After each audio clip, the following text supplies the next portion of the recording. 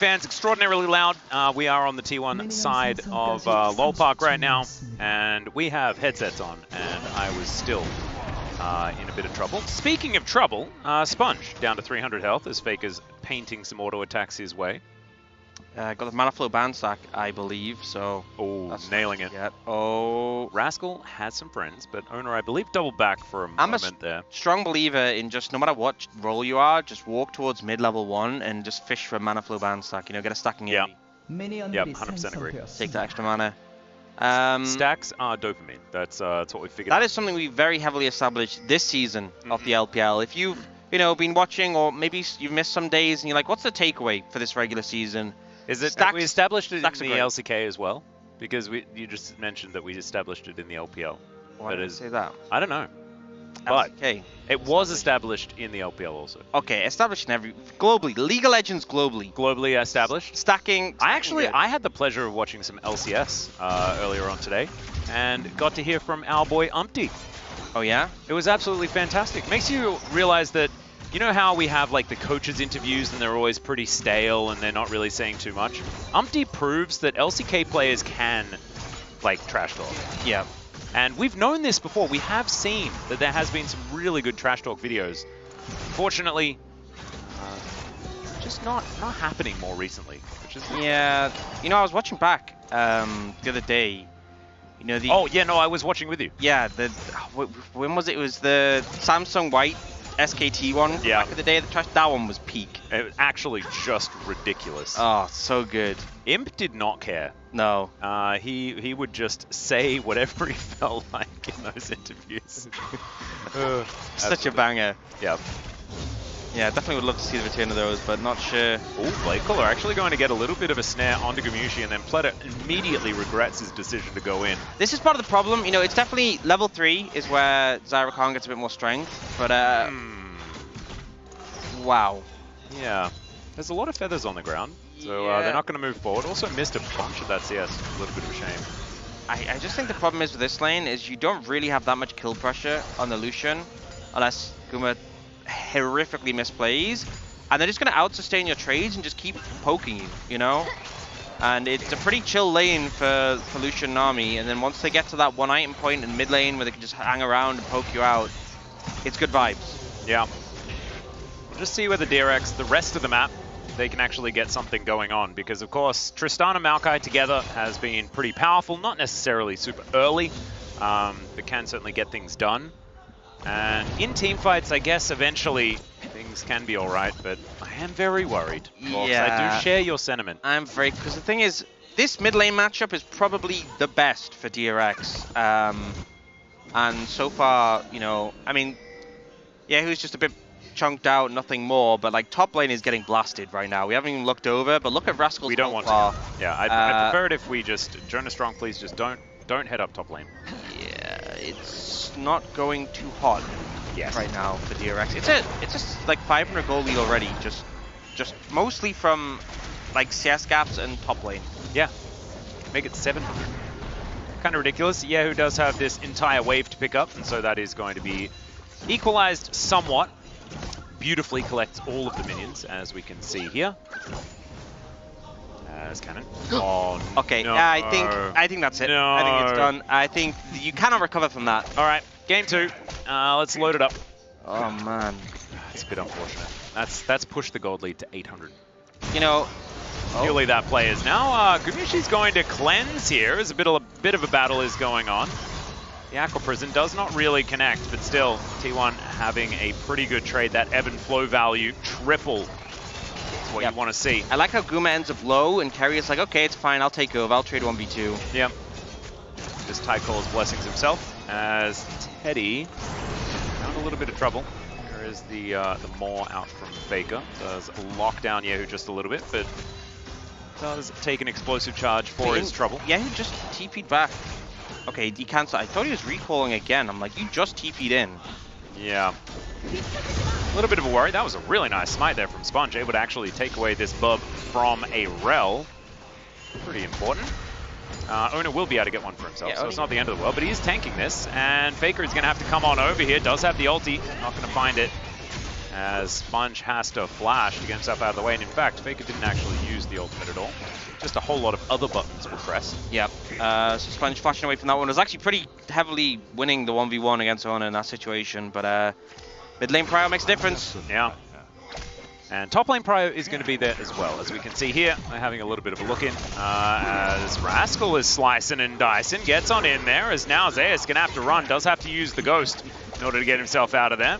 Dominus from Rascal helping him here in this lane for now. Does still have the flash available, so does Zeus. Yeah, definitely take an opportunity with that level 6. It's a big power point for the Renekton, whereas the Twisted Fate doesn't get any combat power when he hits that level, so a good punish on Zeus, and he's kind of realized he can't actually even walk up to the tower right now in this health. He will just get dove, so we'll reset. Does have the Destiny if he wants to use it, get back to lane, but he doesn't actually miss much beyond those minions under the tower already. Whoa, that's a lot of losses for Wei so far in the mid lane, but you can see those names, not exactly players that have been winning a whole lot. Yeah, Bulldog really not been helping out the stats on that one. No, not really. And that was during the real downtimes of Quantum Freaks, before they decided that more dragons is the way that we win, and that's how it sort of worked. Sponge coming on over to help DRX out as Ona thinking about finding an opportunity, and there is a fantastic Magnet Storm into a double bubble from Carrier. Gumayusi now dashing in, Teddy explodes as Faker's ultimate goes off, and that is first blood for the Lucian, and Faker able to pick one up on the back end of that one as well, and DRX just a little bit baffling. Just didn't quite work out. I mean, it's really nice engage from Ona, but DRX are kind of just like waiting for it to happen. Time and time again, you know, you clump up against a Rel, you're going to get punished for it very swiftly, and they absolutely just decided that they weren't going to abide by social distance in that one. No, absolutely not. Faker as well, 20 CS lead off the back end of that one at the same time. I think a POG performance from the gentleman in the mid lane. What do you reckon? You know, people have been pre-voting already, so I think it's... Yeah, I think it's pretty safe to say. You might say that Ona's engage was absolutely fantastic or something like that, but no. I think it is. It's still well deserved. As Faker is going to back away from this one, full culling into Pleta. Does have that Gleaming Quill to go off and have a little bit of extra health back. But this is really feeling like it's traveling downhill for DRX in a pretty big way, and it is only accelerating on that path. Ona is going to come on over and guarantee some plates here for Gumayusi as well, as Carrier just clearing out vision where he can. And I just don't know where it gets better for DRX. Where's the way back in? Where's the copium? Game 2. I think the copium is that if T1 heavily overcommit and botch and engage into Xayah Maokai, there's the potential for them to turn it around. Well, maybe it's a rough start. How about this? If they lose this game, it does not affect DRX's chances for playoffs. Yeah, that's fair. On the back of that, you know, can they even lose? True. Yes, they can. Well, Gumayusi now has his static shiv completed. Well, that's pretty nice timing to have it.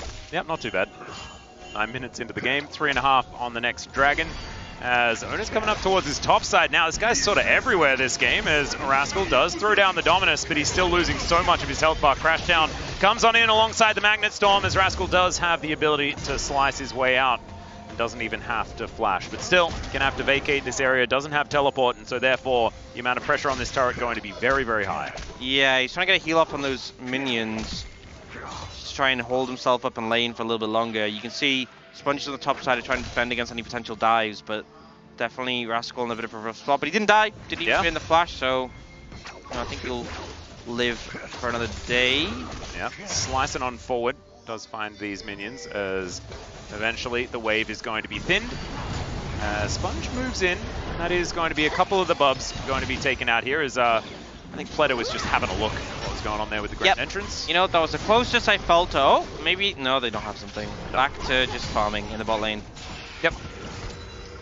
As at least Yehu's able to shove a minion wave towards Faker's turret.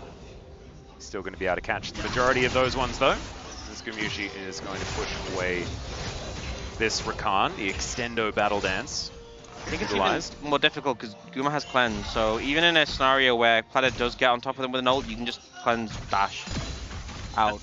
And the other thing is, like, DRX, you can see how respectfully Teddy's playing. It's because they have just no vision at all, really, on where anyone is. Didn't have a lot of information. And so Carrier coming down just to make sure that that is definitely a fact. Moving on in here, as Bubble is going to connect. Featherstorm is going to be used in response, as Carrier was tanking up that turret. And isn't really too phased by it at all. Says a lot that you get rooted in a tower and nothing comes from it. Yeah, this is starting to feel very painful. They've backed off, so they're not going to end up dying to this play, but they are going to lose even more plates. It's feeling a little bit rough here for DRX at this point in time. 3,000 gold and change is going to be the lead here. Is now Sponge looking for Faker. He's just going to wander northward, but yeah, who is going to be able to find that angle? There is a twisted advance in, and the explosive charge is going to be enough. Yeah, who locks that one down? So there's the first kill for DRX, as Rascal closing the distance onto Zeus as well, who finds himself a gold cup, but still will be culled. Don't know whether he's necessarily the Meek, though, as Destiny going to be utilized here. Over the wall goes Sponge. No gates to be opened for Zeus. And actually some decent plating damage done there by Yehu. Obviously with Tristana, if you get some alone time on the tower, you're going to make some good progress. But yeah, a nice play to come out in return. DRX still trying to find an angle in, but doesn't really mitigate the 4 plates down in the bot lane. Yeah. Also, we already have, because Carrier got some of the plate gold, he already has Imperial Mandate completed. Look at the mid lane play. Yeah, just, I think if it, the problem is if you flashed, you can't really flash like up towards the Euron jungle. You kind of would have had to flash towards tower, and the root still would have hit you. So I think maybe he was just dead by that point, especially since he was already so low. Good gank from DRX on that one. Yep. And not only do we have the Imperial Mandate, it's also the support quest completed, which feels very early. Yeah, so he's got Slay Mandate. Doesn't have any shoes, but I guess you don't need shoes when you just have a Finn. Yeah, you know, kind of. If Cassiopeia doesn't need a buy, I know, right? Why does Nami? Yeah. We need some consistency there. And you might ask the question like, well, why doesn't, what about Aurelion Sol, you know, and stuff what like about that. Corki? But he has little feet, you know? Yeah, I guess Corki has little feet in his plane. Exactly. There are feet in the plane. You're not supposed to drive barefoot, yeah. Yeah. Although maybe he's wearing Crocs when he drives, but even then, that... You'd still have to buy the Crocs. Yeah. So I don't think that gets you out of it. So anyway, maybe we'll see whether we can get to a point where Nami can get some movement speed scaling like Cassiopeia does. I think it would just make thematic sense. Yeah, it would fit. How can you give Cassiopeia passive? It should be like a champion type passive, you know? Every Finn champion or tail... I mean, not every tail champion, every snake champion. Yeah, okay. Of which there is champion. One, yeah. Which isn't Rascal. He still needs shoes, as you can see. Walking towards the lane. Gumayusi does have his rapid fire cannon now complete, and that is kind of ridiculous. Look at that lead. Wait, he has I didn't see. I'm not the whole thing. Plates are about to fall down, and he has 2 items. Yeah. Okay. Yeah, that is 2 items. Look at Zeus's items and look at Gumayusi's items. He's just a better TF. Yeah, he is. I mean, it's the Twisted Pollution and Twisted Fates in the game. He's actually just stealing his shopping list. Wow, 500 gold from the plates in the bot lane. So not only a ton of plates, but... And he was by himself for so many of them, too. 4 of them by himself, so... I don't know what you're supposed to do as Teddy and Plata. Well, maybe just not picking Zyra. Yeah, it comes back to the draft. I just don't know what you're supposed to do now with the situation. Oh, right, yeah. And that is what we really should focus on. Yeah. Well, Zeus is now parking himself towards the bottom side of the map. He's going to start clearing out this Grom. And Gumayusi jumps underneath the turret. Teddy is at least going to be able to avoid a lot of that damage. Guys, you shouldn't be opting into a fight, DRX. They do get a lot of vision down. There's a teleport in from the Renekton as well, as Faker not able to get any sort of snare onto him. And Rift Herald is just going to be given up. They're going to respect the teleport, as of course Zeus, he can't follow. It was a little bit too far away for a, I guess it's a level 2 Destiny gate. Still, he is all the way in the bottom lane, and so Rift Herald is just going to be sacrificed. And understandably so, we haven't really seen Rift Heralds do all that much Yeah, there was one in the last series, piloted by, I believe, aiming, where it just didn't seem to be that valuable of an objective. Was that his... Surely that's like the worst one that he's had this season, though, right? No, it's not even... Would you believe? Not even the worst one he has had this season, interestingly enough. It was not very good. Oh, dear. Going back to that one. Of course, we have had that conversation previously, so maybe we should be a little bit nicer to him. Poor him. He's allowed to build static shivs now. Yeah. It's okay. Well, I'd forgotten about that, the illegal static shiv. Yeah, as Yahoo is going to carry this ultimate underneath the turret. Good flash to get out of the Magna Storm. Very nicely done there by the Tristana player. Would have definitely died otherwise. And so now... Are they looking for something? I mean... Yahoo's really low, but you know, Sponge and Platter here to defend. But all they'll do is just keep him alive. They're still having to really play defensive. Yeah. More minions going to die to that turret as well towards the top side as teleport back immediately from Faker, trying to keep on this pressure as much as he possibly can. Seraph's Embrace has been completed as well. As Gumishi has a 2-level lead, by the way. Just another fact to be thrown out. I mean, I think we get it, right? Yeah, he's very, very strong. And now he's going to demonstrate that by throwing this culling into Sponge. Not exactly the primary target, as Faker landing a lot of damage here. The interruption not going to be available onto Yahoo. Does safely rocket jump his way out. It's a lot of testing the waters here for T1, trying to find an angle, trying to get in there, and all the while just getting more things around the map. Yeah, I will say, kind of a good advertisement for Frozen Heart with how fed this Lucian is, and the fact that Sponge was, even with nerfed Frozen Heart, he was kind of taking a lot less damage than I initially expected on the back of that culling. So, yep. Directs don't get anything positive from that, but they don't die at least. That's the take. There we go. There we go. It's the positive is that it's not that negative. Gorgeous. Yeah, that's what we're looking for. And you can see the gold graph is just steadily built up over time. And now Dragon up in 20 seconds. It's a Mountain Soul as well. And they already have like a 4,500 gold lead. There's only great Drakes so far this game as well. Really impactful. Thank you for appreciating me. Yeah, no, you've done... It's been probably your best day. And this is your last casting day of the season, right? So we're going to need to get a Chemtech Soul in Game 2, right? Just as a goodbye. For old time's sake. Just to remind everyone that you have been so incredibly good for at least today. Just show them what I could have been, you know? Yeah, exactly. Could have been a full day of Chemtech Drakes. Like I believe we actually had only a few weeks ago. As Yahoo should be able to get the first turret for DRX. That is certainly good news. Yeah, obviously Tristana great taking down those towers, and T1 had kind of moved that pressure down towards the Dragon. Faker been clearing waves on the top side, he moves mid, Guma moves towards Dragon, they get that. That's the sole point, just for nothing there, as Grand Entrance comes in, good battle dance from Pleta, getting himself out of the wave, the tidal wave, but still Gumushi takes half of Teddy's health bar by just pressing his R button. And so that's just free sole point. Yeah, no real contest, and now they're trying to put the Herald down mid. They succeed. But it's difficult to really follow up and... Oh dear.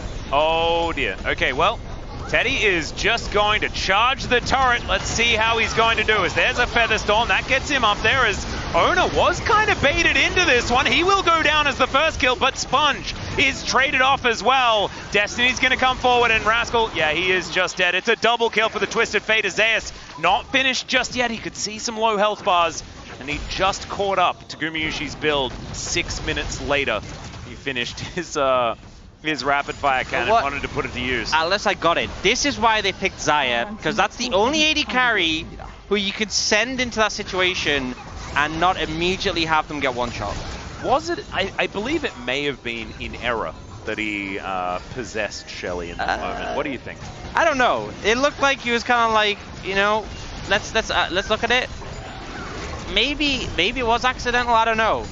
Well, I feel like I would have just sent the Rakan, honestly. Probably would have died anyway, but at least it isn't your Xayah.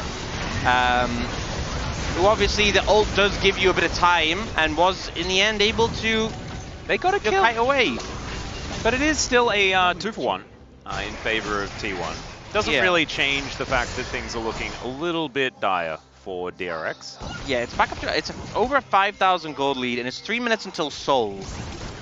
And it's only been 6 kills in this game. You know, there's not really been a whole lot that has happened. This really does show that having this amount of lane dominance and control of the map really can just shut a team out of a game.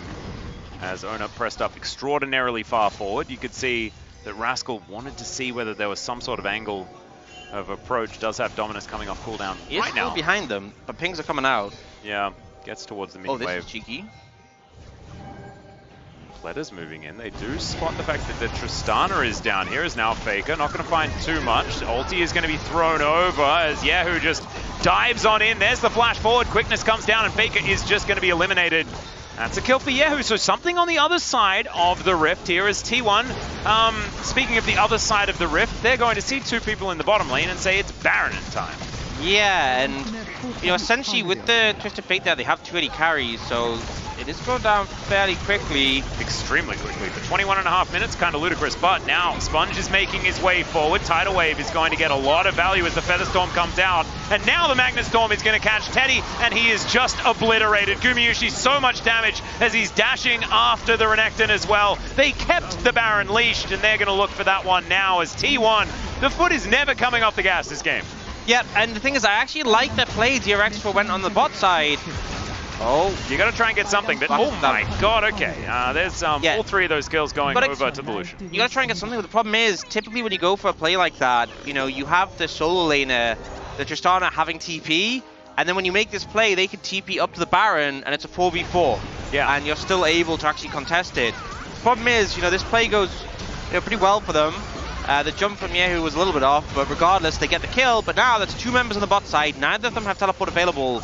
It's a 3v4 on the top side, and you're already at a deficit. And we'll see here, Carrier very defensive with this flash, but the ult from Carrier forces the Featherstorm, and then Rel just has free reign. Yeah, it's just so comfortable for Ona to get in there, lock them all down, and Gumayushi is going to be able to follow up with all of that damage that he has. Quick Blades completed already as item number 3 at 22 minutes. Interesting, we often see like... Okay, ulti going to connect onto Sponge here. The Unending Despair is named pretty well here for DRX right now, but Sponge is going to be able to keep himself alive, even able to walk back and get a bit of extra health from that redemption, but it's not going to save this inhibitor turret. T1 going to be able to break that one open. They've got 5 Void Grubs as well, and so the little mites helping take down these structures, so they are going to be able to break open the base. Look for a bit of a reset angle. Carrier does go home. Yep, reset and Soul. It's that simple. Yeah. 15 seconds until that one, is now Faker is holding the fort. Yeah, and it'll be DRX's opportunity to try and sneak in, get some vision. I think you just have to go for an all-or-nothing fight on this point. You are such a deficit. I think it's very hard to expect them to win this. But yeah. Oh dear. Teddy taking a lot of damage. Yeah, running low. Faker wasn't even on the screen. It's so unfair. It's now reacted. Oh my god, Rascal taking so much damage. Does get a decent amount of health back with the Call the Meek, but he is still really dead. And Carrier now chasing after Faker, who's running real quick. Nature grasping at T1, but Faker is just going to say, no, thank you, Mr. Tree. And Sponge is going to join his Crocodile. Now a couple of 80 carries and a Rakan is all that's left of DRX to try and help this one. Shattering Strike onto Pleta, but not going to really do too much there. And T1 lost interest in the Dragon. They're just going to take this inner turret while they can. Yep, instead of opting just to peel away, take the objective, they can keep pressuring, you know, using these sideways really effectively. Often it's Zeus pushing the wave in, the rest of them rotate over. And DRX probably just hoping they can go to game 2 at this point. Yeah, and the inhibitor turret going to be taken down. Inhibitor will follow there as well. Yes, just not really too many answers that DRX have. Not too many options that could possibly be had, right? Over the last, feels like 10 minutes, DRX just, there's no good choice you could make. They needed to make all of those decisions far earlier on if they really wanted to stand any sort of a chance. As Sponge going to at least be here to try and contest this Soul, as Pleta doesn't land onto Gumayushi. He doesn't even need to use the flash, just Relentless Pursuit necessary to get himself out of the way, as Faker going to connect some damage onto Sponge. Good twisted advance to avoid the Light Slinger from Gumayushi. And T1, they will regain control around this Dragon. Control Ward in the pit though. for DRX. There's at least that, as Zeus is just splitting. So this could be Solden. No, it's not. So the Soul is... Okay, never mind. Still up and available. I thought the Dragon's health bar was going down very low, but that was a control ward, so okay, so Rascal's actually come back here, but I think he loses that 1v1 pretty hard. Yeah, it's a little bit of a worry here, as Faker is going to be pushed back into DRX. He will be taken down first off, as Pleta somehow survives, but Sponge not going to be so lucky. And yeah, that 1v1 like you were talking about, the Twist Fate's going to take that, as Bubble going to be avoided, but that is Featherstorm now on cooldown for Teddy. He has to be very, very careful, as Yahoo diving forward, trying to find Gumayusi, who is just going to flash his way out. The Destiny going to be utilized as back in base. They're trying to defend against this Twisted Fate, and Yahoo, he's going to be put into the bubble prison. Owner is going to take the soul. Pleta will die as these cards do find him, and he will take down the Nexus. T1, an absolute flattening of DRX in game number 1. Yeah, in a very roundabout way in which the game was finished, you know, with the backdoor, not even needing to pick up the soul. But in the end, it was just a